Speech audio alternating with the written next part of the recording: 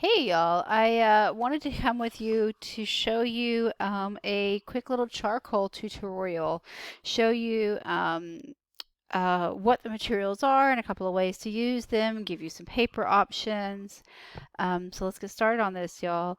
So what I have in front of me, I have white charcoal, which is very similar to pastel. It's ever so slightly different.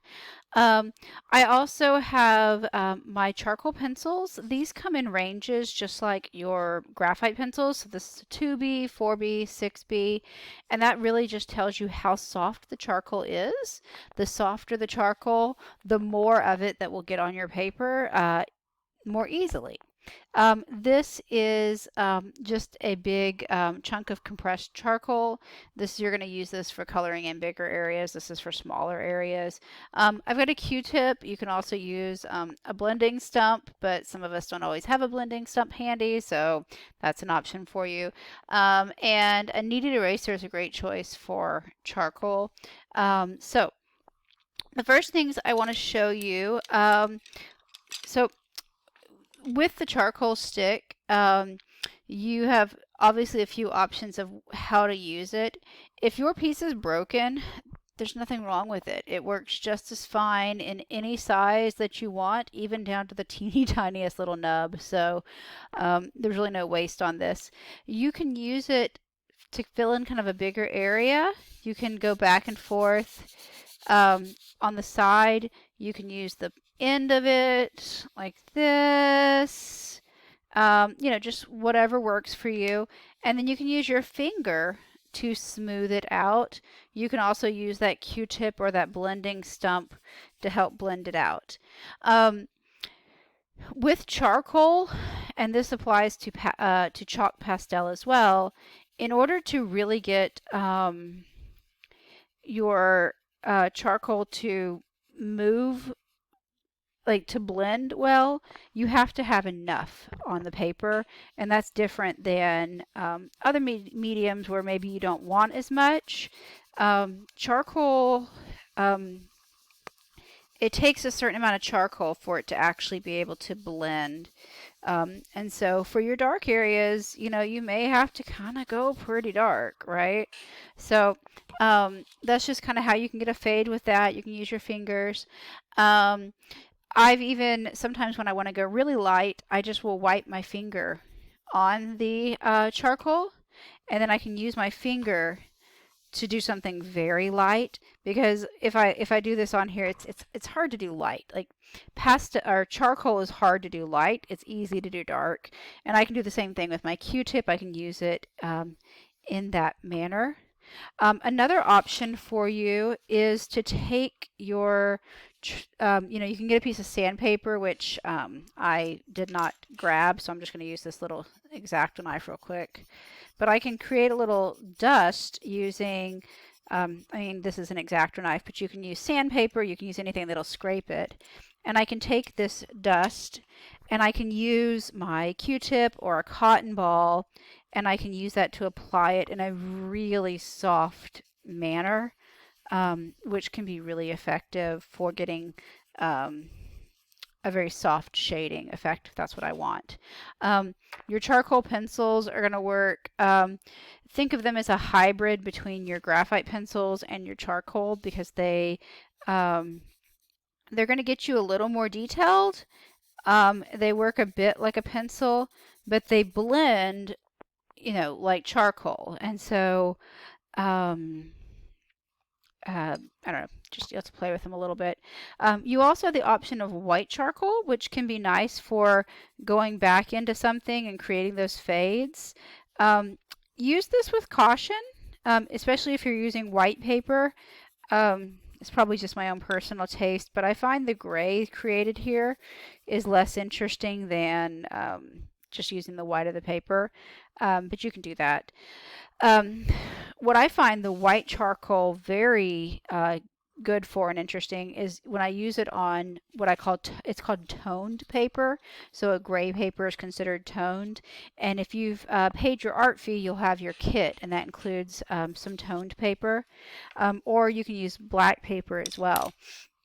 If I'm wanting to draw something on black paper using the white, you're doing the opposite. And so, you know, if I were shading a sphere, then instead of doing the um, shading the dark spots, I'm going to instead shade the highlights and fade off just the same way I do with black, or with black on white paper. It's just I'm working in reverse, and I'm creating that fade um, in reverse. And make sure you use a clean finger, so you'll have to kind of test your fingers, but you can smear this same way with fingers or cotton balls or Q-tips or a blending stump, Tortillon. Any of those options can work just fine for you for doing this, and so you can use white on black. You can also use the black on black, so those times when you need to get a little bit deeper shadow. I wouldn't use it for correcting. So don't use it to, like, you know, if I shaded something and I go, oh wow, that I messed up, I need to make that darker. You wouldn't want to do that. I would guide you to use your kneaded eraser to correct a mistake rather than using your black on black to fix a mistake. With charcoal, because charcoal smears so much already, you're not, I'm going to bring this one back real quick.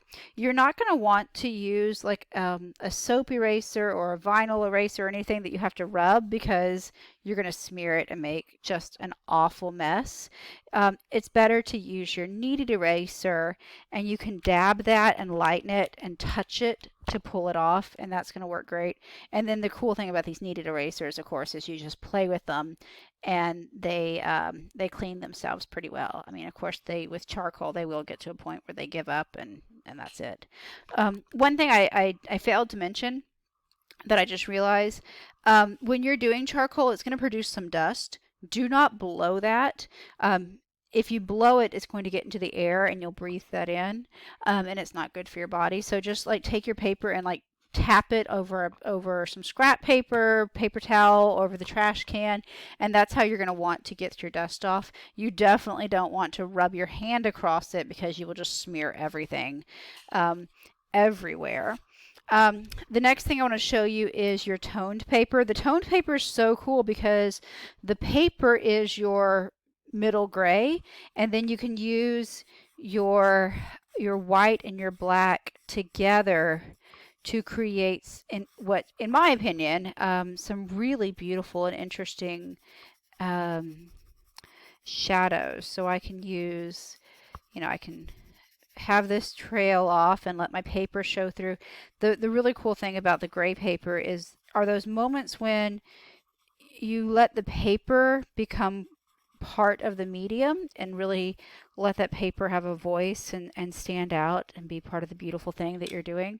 And then I can, you know, again, come in with the black, and the black fading that off and creating, you know, just an interesting interplay between that. As with all my tutorials, please don't judge this terrible, terrible drawing. I'm trying to keep this video under, you know, 7 hours long. So let's, you know, whatever. We got this, y'all, right? We can do this. Okay. But anyway, you can do some really cool things where you use the white and the black together on this material. So if you are at school, or if you have the supplies available for you, I would recommend that you use workable fixative after each work session. So after, say, 30 minutes or an hour of work, give it a little spray, and that will keep the material from smearing as you work. If you're at home, an aerosol hairspray works pretty well for that, and so that can be an alternative option for you for that. I will tell you that charcoal pencils have a tendency to crack on the inside, so if your pencil ever rolls off the table or gets dropped, the inside core, so like this, like the material inside, can break, and there's no way to fix that. Like with Prismacolors you can fix it, but with this you can't. And so a lot of times students will sharpen the pencil and it won't ever sharpen. I tell you this with extreme caution. Here's my legal disclaimer. Please don't cut your fingers off or gouge yourself, but you can use an X-Acto knife to carefully sharpen that pencil. So you put your thumb back here, and so my fingers are never in the way of the blade, and I'm very gently pushing this forward to sharpen my pencil. At home, I do this with a knife, like just from my kitchen. Again, ask your parents' permission. Do it under parent supervision. Please don't end up in the emergency room. Nobody sue me, pretty please. Okay. So I just mentioned this because I know it can be frustrating when your pencil, you're sharpening it, it breaks, you sharpen it, you break, go back and forth. This is a way to circumvent that. But please proceed with caution if you choose this option. That is it, I believe. Oh, one more tip. Just realized, sorry, y'all. As you're working, it's a really great idea to get a piece of scrap paper or a paper towel and work. Put it underneath your hand so you don't smear all over the place. Okay, can't wait to see what you guys come up with. Have a lovely day. Goodbye.